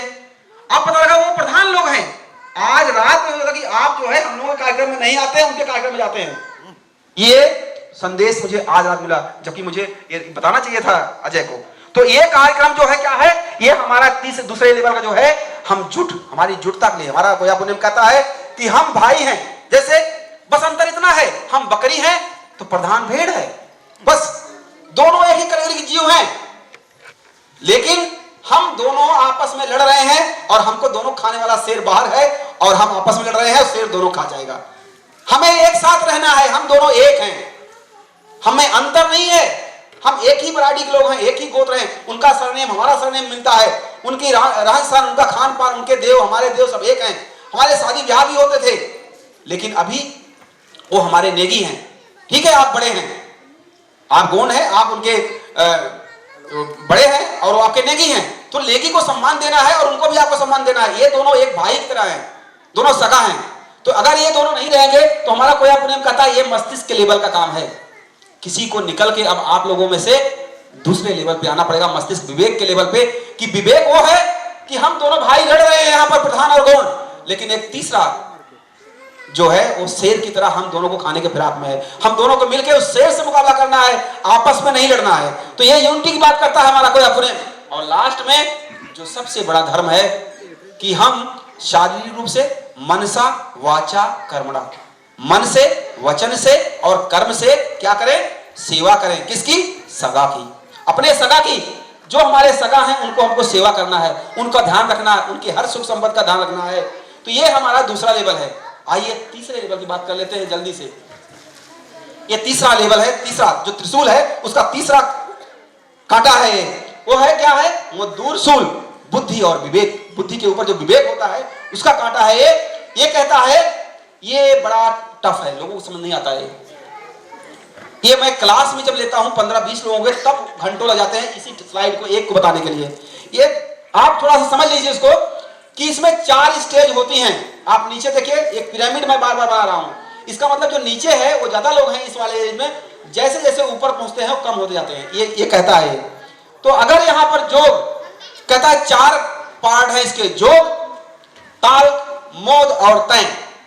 किसी भी घटना में आपको 4 स्टेज पार करने होते हैं महान बनने के लिए। वो 4 स्टेज क्या है? ये जो आपको प्रयास करना पड़ता है, एफर्ट करना पड़ता है, मेहनत करनी पड़ती है। इसके बाद दूसरा ताल, चिंतन, स्टडी, एक्सरसाइज करना पड़ता है। और फिर आपको जो ज्ञान प्राप्त होगा, नॉलेज प्राप्त करते हो, और उस नॉलेज के बाद जो निर्णय, decision making is the highest level of knowledge. आपको सबसे उच्च नॉलेज क्या है? जब आप निर्णय लेना समझ के, मेरे सामने लड़की जो आ रही है मेरे सगा की, मेरी बहन लगेगी कि मैं इससे प्यार कर सकता हूं, इसको बीवी बना सकता हूं। ये निर्णय लेना हमारा समाज आज भूल गया है। आज ध्रुवे से शादी कर रहा है लड़की, उसको पता ही नहीं है कि मेरा भाई लगता है। जब प्यार हो जाता है तब तो लोग घर वाले बताते हैं, अरे ये तो तेरा भाई लगता है। तो अब अभी आपस में ही उसको सब पता ही नहीं है, विवेक नहीं है। तो विवेक का इस्तेमाल इस लेवल पे करेंगे जब आप ज्ञान प्राप्त करेंगे, उसके ऊपर का लेवल है। तो ये बहुत कम लोगों में है पिरामिड में, देखिए इतने कम। जैसे मैं एक उदाहरण से इस बात को समझा के अपनी बात रखूंगा। देखिए, इसी को सपोज दैट एक आदमी है, ये सिंपल से लड़का है, एक कोई सामान्य सा बच्चा है, वो लड़का है बस, और वो 2 काम कर सकता है। वो उसको डॉक्टर बनना है। अब डॉक्टर बनना और मरीज देख के मरीज को ठीक करना उच्च लेवल का काम है, और एक सामान्य आदमी का सामान्य रहना ये दूरी है। इस दूरी को तय करने में एक सामान्य स्टूडेंट से एक अच्छा टॉप मोस्ट का डॉक्टर बन जाए, वो दूरी कैसे चलेंगे? इन्हीं पारी पहांदी गोपालिंगों के तीसरे कांटे से, वो दूरशूल से। क्या है वो? पहले उसे छात्र बनना पड़ेगा। पहला शर्त है डॉक्टर बनने की कि तुम्हें नीट क्वालिफाई करना पड़ेगा, एग्जाम क्वालिफाई करना पड़ेगा, एडमिशन लेना पड़ेगा। एक प्रक्रिया, इसे जोग बोलता है हमारा कोई अपने। ये जोग है। जो बच्चे सोचते हैं कि हम डॉक्टर सीधे बन जाएंगे, कभी नहीं बन पाते। तो पहले उनको छात्र बनना पड़ेगा, छात्र का चोला पहनना पड़ेगा, छात्र का गुणधर्म पालन करना पड़ेगा। और छात्र बनना भी काफी नहीं है, बहुत लोग छात्र बन के ही छात्र रह जाते हैं, वो डॉक्टर नहीं बन पाते। मैं देखा हूं, अभी टीचर हूं तभी देखता हूं कि वो छात्र ही रह गए, कभी डॉक्टर नहीं बने। दूसरे लेवल पे अध्ययन करना पड़ता, अपने प्रोफेसर्स के साथ अपनी किताबों में, लाइब्रेरी में घुसना पड़ता, बैठना पड़ता, अध्ययन करना पड़ता, नॉलेज अटेंड करना पड़ता है, और यहाँ पर आप अध्ययन कर हो जाते हैं। तो यहाँ पर भी आप डॉक्टर नहीं बनते हैं, ज्ञान मिल जाता है बस। और उस ज्ञान को एग्जाम लिया जाता है, आपके ज्ञान और गुण का, स्किल का एग्जाम होता है। तो वहां पर क्या बनते हैं आप? डिग्री मिलती है आपको। जब डिग्री मिलती है तो आप डॉक्टर कहलाने लगते हैं। ये तीसरा स्तर। लेकिन लास्ट का स्तर जो है, जिसे मैं कहता हूं दूर का, सूल का, टॉप मोस्ट का लेवल, मौत का, वेरची का, वो है जब आप मरीज को जो पढ़े हैं उससे भी हटके कुछ अच्छा करें और मरीज को सही निर्णय ले कि इस मरीज के लिए क्या सही है, और आप सफल हो जाओ मरीज को ट्रीट करने में, खुश रखने में। ये लेवल है मजदूर का। तो एक छोटी सी प्रक्रिया को मैंने कोया पुणे में आज मॉडर्न ढंग से मैंने बताया। ये प्रक्रिया हमारे कोया पुणे में बहुत ही अच्छे से है कि जब आप छात्र जीवन से एक पारंगत रूप में बदलते हैं तो वो प्रक्रिया कैसे होती है। अगर आप अपने बच्चों को बताएंगे कि बेटा सफलता का कोई शॉर्टकट नहीं है, सफलता के लिए ये मजदूर को उस स्तर पे लाना पड़ता है, विवेक के स्तर पे। और मैं कहता हूं दुनिया में आपने सफलता की बहुत सारी, लोग मुझसे पूछते हैं, जो मैं खड़ा हूं आज जाके गूगल करिएगा मेरे बारे में, मैं बता रहा हूं। मुझसे लोग पूछते हैं, मेरे ऊपर मूवीज बनी है, मेरे ऊपर शॉर्ट सीरियल्स बने, मेरे ऊपर किताबें लिखी गई हैं। क्यों? क्योंकि मैं वो आदमी हूं। मुझे भारत के उपराष्ट्रपति ने अनस्टॉपेबल इंडियन का अवार्ड दिया है, जिसका मतलब होता है ऐसा भारतीय जिसे रोका ना जा सके। तालियां आपके लिए, हमारे लिए नहीं। मैं तो आपसे भी बहुत गैर निश्चित पादान से उतरा हूं। मेरे पैर में, जब मैं 20 साल तक रहा हूं तो मेरे पैरों में चप्पल नहीं रही। आश्चर्य लगेगा आपको सुन के। मैंने नंगे पांव पैर, मेरे पास एक पैंट होती थी, वो फटी हुई थी और ऐसे पैर को दबा के जाता था स्कूल में। और तब उस मुकाम से तब भी मैं सोचता था कि मुझे अमेरिका के यूनिवर्सिटी में पढ़ना है। उस समय जब मेरे पास चप्पल नहीं थी, मेरी पैंट फटी थी, लेकिन सोच मेरी हाई थी, क्योंकि मैं मजदूर के लेवल पे सोचता था। जो सोचना है बड़े लेवल पे, आप सोचते नहीं हैं। आपको लगता है कि मुझसे नहीं होगा। मैं आपके सामने हूं, ना बहुत खूबसूरत हूं, ना बहुत लंबा हूं, ना बहुत स्मार्ट हूं, ना बहुत ज्ञानी हूं। एक सामान्य सा व्यक्ति हूं, आपकी तरह, आपकी खोपड़ी की तरह, आपके दिमाग की तरह, आपके बीच का। लेकिन मैंने वो सब कुछ प्राप्त किया जो मैं चाहता हूं मिल जाता। क्यों? क्योंकि मैं यहां से सोचता हूं, मैं हाथ से नहीं सोचता। कुछ लोग हाथ से दिन भर सोचते काम करते रहो, काम करते रहो। काम करने से अगर लोग महान हुए होते तो जो गड्ढा खोदता है, जो बढ़ाई काम करता है, जो पेंटिंग में काम करता है, दिन भर बेचारे काम करते हैं, कभी नहीं महान होते। आपको सोचना पड़ेगा कि अपने बच्चों को, अपने परिवार के यंग लड़के लड़कियां जो स्कूल जा रहे हैं, उनके लिए क्या करें। आपको इस लेवल पे उनको लाना पड़ेगा कि वो खुद तय कर सके कि सफलता का कोई शॉर्टकट नहीं होता है। सफलता मेरे अनुसार, डॉक्टर बाली की डिफिनेशन है सफलता की अलग। उसका मतलब है अपनी गलतियों को रोज कम करना ही सफलता है। आज हमने अपने में, मान लीजिए मुझे गेंद मारनी थी, उस दरवाजे के बाहर गेंद फेंकनी थी। आज मैंने गेंद मारा, गेंद यहीं गिर गई, तो इसका मतलब भी मुझे इतनी दूरी तय करनी है। कल फिर गेंद मारूंगा, वहां फर्स्ट कुर्सी पे गिरेगी, ठीक है, दूरी और कम हो गई। एक दिन मेरी गेंद उसके पार हो जाएगी। तो रोज का प्रयास करना जो है, हमारा ये मजदूर सिस्टम बताता है कि हमारे कोया पुणे में बड़े अच्छे से, क्योंकि आपके घरों में कोया पुणे का प्रवचन नहीं होता है और इसलिए ये आपके बच्चे इसको नहीं समझ पाते हैं मजदूर की क्या कहानी है। तो मजदूर को समझना जरूरी है कि आप इस पूरे प्रक्रिया को समझें, सफलता को समझें, सफलता कैसे मिलती है। आइए आगे चलते हैं। बस ये हमारी लास्ट स्लाइड आपको बताता हूं, क्योंकि कैसा जीवन अपनाना चाहिए। अब आए हो तो ये भी बता के जाए ना कि हमें जीवन कैसा जीना चाहिए। हमारे जीवन की, अगर हम पैदा हुए हैं, देखिए यहां पर है एक बच्चा है, देखिए नवजात शिशु है और एक लाश है। इस नवजात शिशु से लेकर के इस लाश के बनने की जो प्रक्रिया है, जब आप पैदा होते हैं, सत्य है। कितने लोग पैदा हुए हैं? हाथ उठाएं। 20 लोग, 25 लोग, 30, और ये मतलब 200 लोगों में 30 लोग पैदा हुए हैं। बाकी लोग भाई कहां से आए हो? जोर से उठाओ जो पैदा हुए हैं ना। अभी भी कुछ लोग पैदा नहीं हुए, ठीक है, मान लिया। कितने लोग मरेंगे? ना भाई, कुछ लोग नहीं मरेंगे, देखो ना, कुछ लोग नहीं मरने वाले हैं। तो इसका मतलब कुछ लोग ना तो पैदा हुए और कुछ लोग ना तो मरेंगे। आप सामने है, मैं नहीं कहता, आप ही कहते हो। मैं तो केवल ऑब्जर्व करके लिख देता हूं, जो आप लोग देखता हूं वही लिखता हूं। यहीं पर देख लीजिए, तो जब आप पैदा होते हैं और मरते हैं, ये जो हाथ नहीं उठाए तो ये वाले हैं, ये नीचे काले, इनको ना पैदा होने का फर्क न मरने का फर्क। यही जैसे पैदा हुए वैसे मर जाएंगे। इनको कोई, इनका गति नहीं होती ना, हाथ ही नहीं हिलता, इनका हाथ पैर नहीं हिलता। तो ये इस टाइप के लोग हैं कि ये जहां पैदा हुए वहीं मर गए। एक काली वाली लाइन है। इनकी जिंदगी में आने का धरती पे कोई फर्क नहीं पड़ता, ना पत्ता हिलता है, ना माँ बाप को पता है, ना फर्क किसी को नहीं। दूसरे लेवल पे कुछ लोग पैदा हुए, सांस लिए, रोए, मम्मी मम्मी किए 2-4 दिन और फिर मर गए। ये लाल वाली सीढ़ी है। कुछ दिन जिए, ये दूसरा जीवन है, दूसरे टाइप का जीवन है। ऐसे करके इनके लिए माँ बाप थोड़ा दिन दुखी होते हैं, अरे यार बच्चा पैदा हुआ था, बड़े दिन के बाद मर गया। तो ये जीवन है। आइए जो तीसरा जीवन है, आप यहाँ पीले रंग में देखिए, यहां से पैदा हुए, ऐसे गए, आप यहाँ खत्म हुए। एक नीला जीवन है ऐसे, और ये चौथा जीवन है लाल का। ये जीवन के पथ हैं। तो जो लोग इस वाले जीवन में जिए, दोनों को उनका कोई महत्व नहीं है। महत्व यहाँ शुरू होता है ये पीले वाले से, इस लाइन से।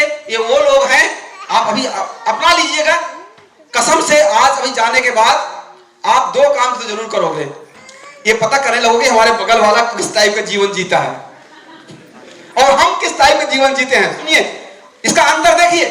ये वो लोग हैं पीले वाले, जो सबसे नीचे दिख रहा है, ये ऐसे लोग हैं जो दिन भर कहते रहते हैं अरे वो फलाने की बेटी ना वहाँ भाग गई, उसका बेटा ना डॉक्टर हो गया, उसका बेटा इंजीनियर हो गया, पता है फलाने के बाबू ने वो जमीन पट्टा लिखवाया है, पता है उसके बाप ने वो नौकरी लग गई है, वो बहुत खराब लड़की है, बहुत खराब लड़का है।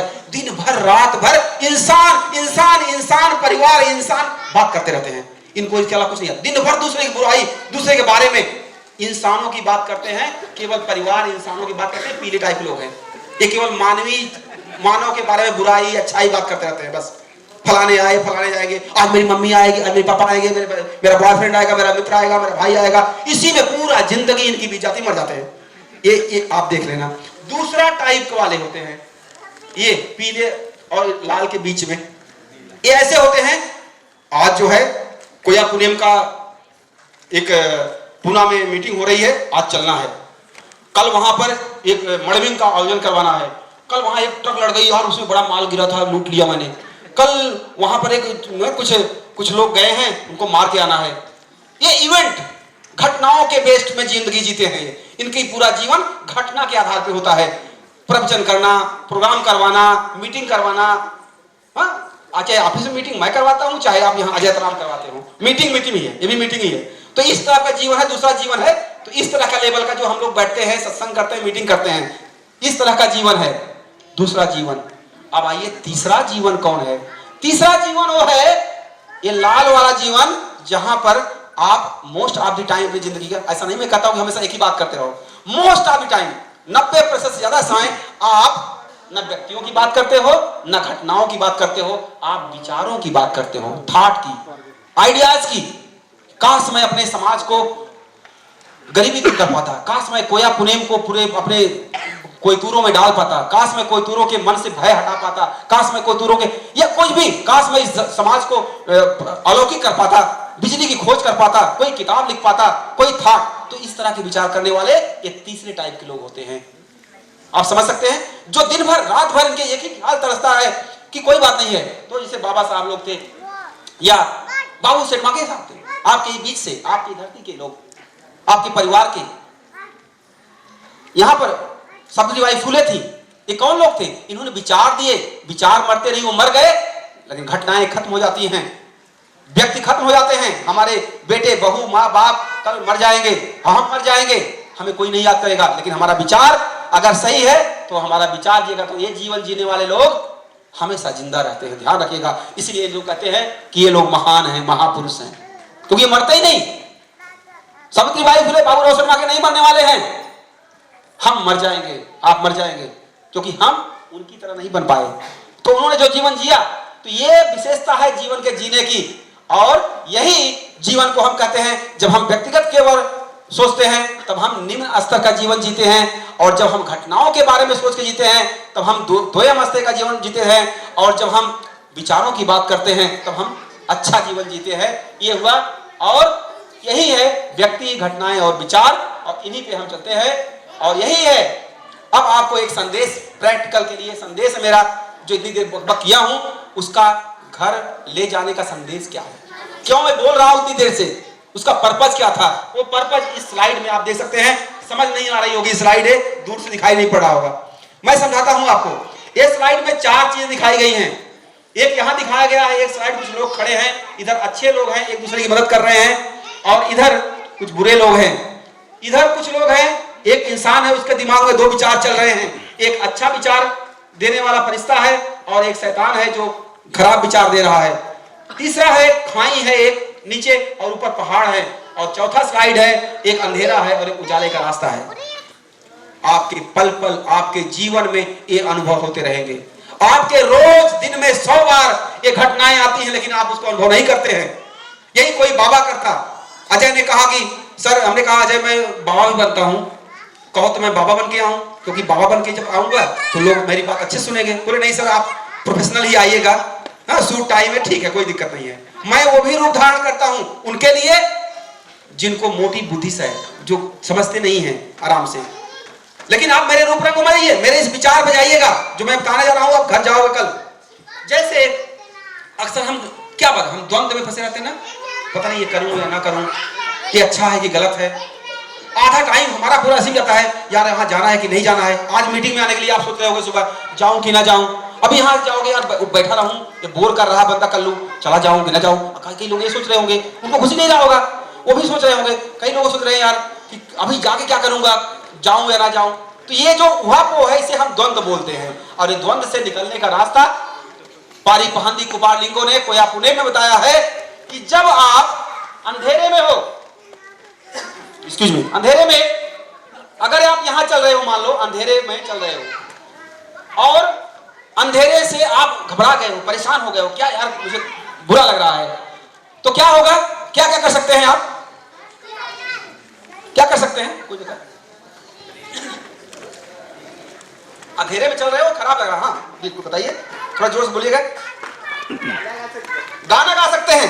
देखिए गोंड लोग, कोई तूर लोग ये काम बहुत करते हैं, इनकी काटते रहो, ये गाते रहेंगे, नाचते रहेंगे।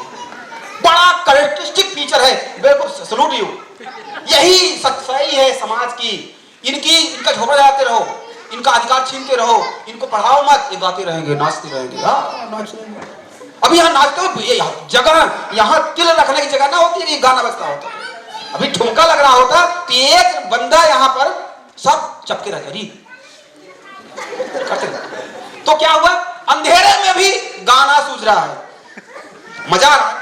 कुछ लोग और बताएं, अंधेरे में हैं और आपको घुटन हो रहा, उनको बता रहा हूं, मैंने बोला था आप सुन नहीं पाए। अंधेरे में है, आपको पसंद नहीं आ रहा अंधेरा, क्या करोगे आप, उजाला करेंगे। देखिए दूसरे टाइप है, हमारे बीच में बहन भाई तुरमा है, कह रहे हैं हम उजाला करेंगे वहां पर। ये सब पुरानी बातें हैं, गाना गाएंगे, मजा लेंगे, उजाला करेंगे। मैं कहता हूं कोयापुने का जो प्रहरी हूं, मैं बोलता हूं, मैं उस अंधेरे से निकलने की कोशिश करूंगा, क्योंकि थोड़ी दूर पे वहीं पर कहीं पर एक उजला रास्ता होगा, मुझे थोड़ा चलना पड़ेगा और मैं अंधेरे से निकल के उस उजाले में चला जाऊंगा। अंधेरे से लड़ाई नहीं करूंगा। और most of the time 99% time हमारे समाज के लोग उस अंधेरे में उलझे रहते हैं, लड़ते रहते हैं। बाबा पारिपहंदी कुमारलिंगों ने कहा कि अगर आप बुरे लोगों के बीच में हो, आपका दम घुट रहा है, आपके आसपास के लोग अच्छे नहीं हैं, उनसे लड़ो मत, उनको सुधारने की कोशिश मत करो, उनसे धीरे से दूर भाग जाओ। कहां, जहां अच्छे लोग हैं, जहां अच्छे लोग हैं, क्योंकि धरती पे 50% अच्छे हैं, 50% बुरे हैं। ध्यान रखना, कोई ये न गलतफहमी पाल ले, इस धरती पे 50% ही लोग अच्छे हैं और 50% बुरे हैं। हो सकता है आपके आसपास बुरे हो, उनको हट के आप अच्छे में चले जाओ। जैसे अंधेरा है या उजाला है, बस दो रहे, एक थोड़ा सा ग्रे एरिया आता है बस। कुछ लोग अच्छे बुरे दोनों होते हैं, बस वही बात थोड़ा सा। और तीसरा यही बात वही है कि मैं खाई में चल रहा हूं और मेरा खाई से पहाड़ पे जाने का मन कर रहा है, तो मैं खाई पे कितना भी मिट्टी डाल लूं, मैं पहाड़ नहीं बना सकता हूं और मैं मर जाऊंगा और पहाड़ पे चढ़ने की हसरत पूरी नहीं होगी। तो मुझे क्या करना है, खाई से धीरे धीरे धीरे पहाड़ की तरफ चलना है और चोटी में पहुंच जाना है। ठीक है, अच्छे विचार और बुरे विचार ऐसे आते हैं। जब आपके बुरे विचार आए तो समझ लीजिए कि आपको उन विचारों को त्याग के अच्छे विचार की तरफ चलना है। तो अंधेरे से उजाले की तरफ, अच्छे लोगों बुरे लोगों से अच्छे लोगों की तरफ, खाई से पहाड़ की तरफ, और जो जहां आपका दम घुट रहा हो, जो चीज आपको अच्छी ना लग रही हो, उससे अलग हो जाना ही बेहतरीन तरीका है। अक्सर हमारे लोग आपको सुनाते हैं, नहीं हम लड़ेंगे, हम सफाई करेंगे, हम गंदगी साफ करेंगे। मर जाओ, जाओ ना भाई, हमारे पास ना टाइम थोड़ा है। 60 साल की जिंदगी लेके आए हैं, हम यही करने आए हैं क्या, हम गटर साफ करेंगे? अरे हमको सीधे गटर छोड़ो, जहां गटर है वहीं रहे दो, निकल जाओ जहां खूबसूरत वादियां हैं। क्या चलना तो है ना। एक आदमी था, वो बड़ा अपने को मतलब मैं बड़ा समाज सेवी हूं। वो ऐसे तबेले के पास, नाले के पास घर बनवाया था। अब बदबू उड़ रही, रोज सेंट छिड़के उस तबेले में, उस नाले गटर के पास वो सेंट छिड़कता था रोज। वो गटर का पानी सेंट छिड़कने साफ होगा क्या? अरे मूर्ख, उस अपनी तबेले को उठा, इस जंगल की तरफ निकल जा, उधर बड़ा खड़ा है, क्या सिर्फ चल रहा है। तो हमारा समाज भी वो सेंट छिड़कता रहता है, और यही समाज सेवक बोलता, हम समाज सेवक हैं। हम अपने समाज को बताते हैं, जहां आपको प्रॉब्लम है उससे निकल जाओ, जहां आपको लगता अच्छा वहां चले जाओ। मैं अपने गांव था, अब मैं यूपी में, मेरी पैदाइश यूपी में हुई, मेरा दम घुटता था क्योंकि ब्राह्मण वहां पर मुझे मारते थे, मुझे स्कूल से भगा देते थे, मेरी मार्कशीट फाड़ देते थे, मुझे स्कूल में मेरे हाथों में खून आ जाता था, इतना मारते थे वहां के मास्टर। लेकिन मैंने सोचा कि मैं किस तरह पढ़ लूं तो मैं इसमें मुड़ के नहीं आऊंगा यूपी में, और वही हुआ, क्योंकि मैं भाग गया अमेरिका पढ़ के, मैं छोड़ा। तो आज आपको अपना अनुभव बताने के लिए जिंदा हूं और आपके बीच में हूं, वरना आपको मार डालते आज वहां। आप अगर बुराइयों में फंस के बुराई दूर करोगे तो बुराई कभी नहीं दूर होती है, हमेशा बुराई से दूर हट के बुराई दूर होती है। ये मेरा संदेश है आपको। कभी भी आप चोर के साथ बैठ के उसको ईमानदार बनाने की कोशिश मत करो, क्योंकि चोर का हुनर ही है, क्योंकि 50% तो सच्चे लोग हैं ना, 50% चोर हैं। अगर 50% काले लोग धरती पे हैं तो 50% गोरे लोग हैं, 50% महिलाएं हैं तो 50% पुरुष भी हैं। अब मैं सपोज दैट आपको एक उदाहरण देता हूं, मान लो मेरी दीदी बहनी सब यहां बैठी हुई हैं मां, अब मैं पुरुष हूं, अब मैं उनके बीच में गया और कोशिश करने लगूं, नहीं मैं तो पुरुष बना के ही छोड़ूंगा, मैं तो पुरुष बना के ही छोड़ूंगा। अरे भाई ये प्रकृति का सिद्धांत है, 50% पुरुष भी हैं भाई, तू काहे महिलाओं में घुसा हुआ, निकल के पुरुषों के बीच जाना। मेरी बात समझ रहे हैं ना? आपको यही समझना है, या मैं पुरुषों में बैठे हुए हो, आप महिला हो, आपको दम घुट रहा है, निकल के जा चले हो, क्योंकि समाज में दोनों चीजें हैं। मेरा केवल एक उद्देश्य कहने का कि समाज में अच्छाई, बुराई, प्रकाश, अंधकार, अच्छे लोग, बुरे लोग हैं। आपको जो चाहिए उनकी तरफ चले जाइए, झगड़ा मत करिए, अपना टाइम वेस्ट मत करिए। अगर मैं टाइम वेस्ट करता तो आज मेरे ऊपर पता नहीं कितने मुकदमे हो गए होते। मैं हमेशा उनसे भाग के दुनिया को बताने के लिए जिंदा रहना जरूरी है। और ये बात है, वसूलों पे अगर आंच आए तो टकराना जरूरी है, वसूलों पे अगर आंच आए तो टकराना जरूरी है, अगर जिंदा हो तो जिंदा नजर आना जरूरी है। जिंदा होने का सबूत देना पड़ेगा। आप जिंदा हो, और जिंदा तब रहोगे जब उन बुराइयों से दूर जाओगे। बुराइयों को खत्म करने की कोशिश मत करना। यही तो कोया पुनेम और अन्य धर्मों में अंतर है। अन्य धर्म के लोग आपको बुराइयां दूर करने की शिक्षा देने लगते हैं, जो असंभव है, क्योंकि समाज में हमेशा वो रहेंगी। उनको आप दूर नहीं कर सकते हो, प्रकृति का नियम झुठला नहीं सकते हो। अंधकार दिन और रात रहेंगे, दिन और रात को आप दूर नहीं कर सकते हो। बस वेट करिए कि सुबह होने का। That's it। यही कोई पुनेम कहता है, प्राकृतिक बनिए, मूर्ख मत बनिए, और इसी से आपके जीवन सार्थक होगा। और इन्हीं सब बातों के साथ मैं आपको अंतिम लक्ष्य पे, जब चूंकि जीवन शुरू किया था, तो मरण की एक तस्वीर दिखा के क्लोज करूंगा इस बात को। आपने देखा है जीवन कैसे चलता है हमारा। जीवन में जितना ऊपर जाता है उतना नीचे एक्सरे ईसीजी है, दिल की धड़कन है। जिंदा हो तो आपका ऐसे ही एक्सरे आता है। कभी देखा पिक्चर देखते हुए, जैसे पड़ता सांस निकलती है, एक लाइन खींचती है, क्या होता है ये लाइन? इसका मतलब क्या हुआ? राम नाम सत्य बोलते हैं ना, हम तो बोलते हैं बड़ा बहन की सेवा। ये गए सेवा में, क्योंकि जब तक ये ऊपर नीचे हो रहा है, जब तक निगेटिव है, जब तक पॉजिटिव है, जब तक पॉजिटिव है तब तक निगेटिव है, पॉजिटिव रहेगा निगेटिव है, औरत रहेगी मर्द रहेगा, गरीब रहेगा तो अमीर रहेगा, उजाला रहेगा तो अंधकार रहेगा, तभी तक जीवन है। जैसे ही अंधकार हुआ या दोनों मिल गए, जहां दोनों मिल रहे हैं देखिए, ये दोनों मिले, प्लस और माइनस मिले, एक लाइन जीरो बन गई, और जीरो मिलते ही प्राण पखेरु उड़ गए, फ्रेगमेंट जहां से आए थे वहीं चल पड़े। तो इसीलिए कभी भी एक ही तरह पड़े रहने की मत सोचना, हमेशा आपको जिंदा हो तो जिंदा नजर आना जरूरी है। तो यही है मानव का चक्र, और इसी को आपके यहाँ इन्हीं पे दो नदियां हैं आपकी धरती पे, और आपको पता भी नहीं है। बेन गंगा और पेन गंगा दो नदियां बहती हैं। पेन वो है जब हम जीवन लेते हैं और हमारा द्रव्यमान होता है, हमारा मांस होता है, हड्डी मांस के पुतले होते हैं, हम उन्हें बोलते हैं कि हम मानव रूप हैं, इसे द्रव्यमान है, इसमें वजन है। तब हम पैदा होते हैं, और जब मर जाते हैं, जब इसे सायाना हो जाता है, मेरा सायाना, तो हम ऊर्जा में बदल जाते हैं, और फिर से हम दूसरे रूप में उसे हम बोलते हैं पेन। तो हमारे महाराष्ट्र में एक नदी है पेन गंगा, और मध्य प्रदेश से एक नदी बह के आती है, उसका नाम बेन गंगा। तो बेन गंगा और पेन गंगा दो नदियों का नाम ऐसे नहीं पड़ा है, इस बेन और पेन के आधार पर पड़ा है। एक में जीवनदायिनी का नाम है, दूसरा जो ऊर्जा को देती है, जो मृत्यु के बाद काम करता है। तो मृत्यु से फिर जीवन होता है, आप जन्म लिए, मृत्यु हुए, और मृत्यु से फिर जीवन लिए पेन। तो वेन और पेन, और इस बेन और पेन की जो यात्रा है, इसी को कोया पुनेम बोलते हैं। कोया का पुनेम, कोया का सत्य मार्ग, इंसान का सत्य मार्ग। तो इसी के साथ मैं आप सभी को बहुत बहुत धन्यवाद देता हूं, बहुत बहुत सेवा जोहार करता हूं। और आपके बीच में आपने मुझे सुना इतनी देर तक, और आपको मेरा बाबा का रूप है, मैं ये भी करता हूं। तो आप मतलब टाई सूट लगाया हो तो मैं बाबा नहीं बनता। बाबा बनना बहुत आसान है, लेकिन इस रूप में आपको समझा पाना बहुत मुश्किल होता, मैं जानता हूं। अगर मैं बाबा होता ना तो अभी आप बहुत तालियां बजाते। तो इसलिए आपको बहुत बहुत सेवा जोहार, धन्यवाद। हो सकता मैं किसी की थोड़ा सा मजाक बनाया हूं या कुछ भी किया हूं तो माफी चाहूंगा।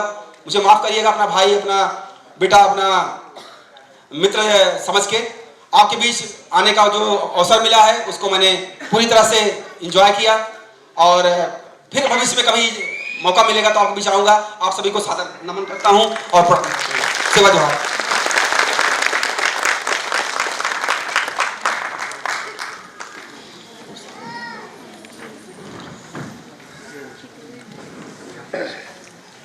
बहुत बहुत धन्यवाद सर, आपने बहुत अच्छा यहाँ पे एक माहौल क्रिएट किया, एक सराउंडिंग अच्छी क्रिएट की, और कोया पुणेम के बारे में बहुत अच्छी चीज़ें बताई, जैसे कि मूलवर सर्री, बिंदुल शरीर का सत्य मार्ग क्या होता है, और बोल सकते हैं हम लोग कोयतुर हम क्यों बोलते हैं, जो कि अपना कोया और खून जो अपने रहते हैं उनको कोयतुर बोल सकते हैं।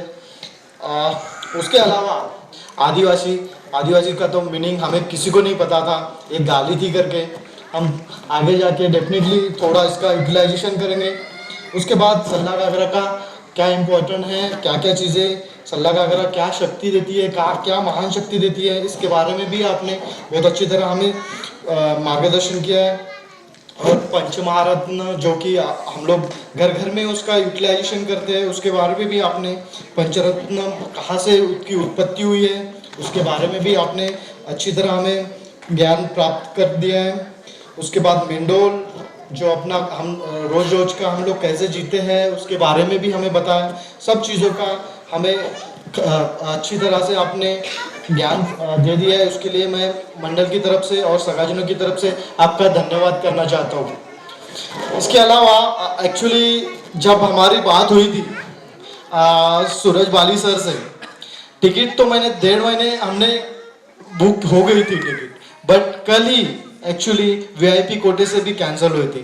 तो मैंने सर को बोला कि अब क्या करोगे, तो सर ने इतना ही बोला कि अजय आप बिंदास रहो, मैं कैसे भी आऊँगा, ओके, या खड़े होके आऊँगा या पैदल आऊँगा, ओके, ये तो बोलने की बात है, लेकिन उनका हौसला वो हमारे मंडल के लिए, मेरे लिए बहुत बड़ा था। इसलिए मैं तहे दिल से सूर्यावाली सर का यहाँ आए, पुणे को विजिट किया, और सबको मीन्स इम्पोर्टेंटली हमारे मंडल को और सगाजनों को इसका डेफिनेटली फ़ायदा होगा। और हमें कोया पुणेम को हम जैसे आप आगे बढ़ा रहे हैं, हम भी हमारे मंडल की तरफ से हम भी प्रयत्न करेंगे कि हम भी उसे आगे बढ़ाएं। आपका बहुत बहुत धन्यवाद सर। एक बार प्लीज़ मैं सबको रिक्वेस्ट करता हूं कि एक बार सब लोग खड़े होकर उनको तालियां बजाएं। एक्सरसाइज होनी चाहिए यहाँ पे।